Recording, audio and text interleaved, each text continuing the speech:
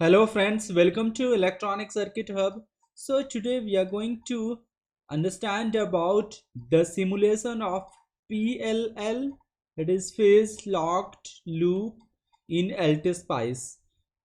So I will run the simulation and I will show you how this circuit works and what is the input of how the input of this circuit looks like and how the output of this circuit looks like.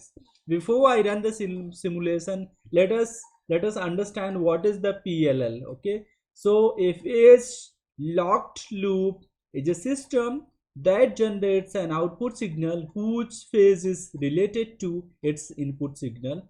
The two signal will have same frequency and either no phase difference or constant phase difference between them.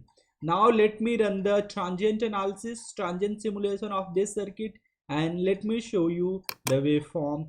So let me try to enlarge this window. So go at this window and you might need to change the color.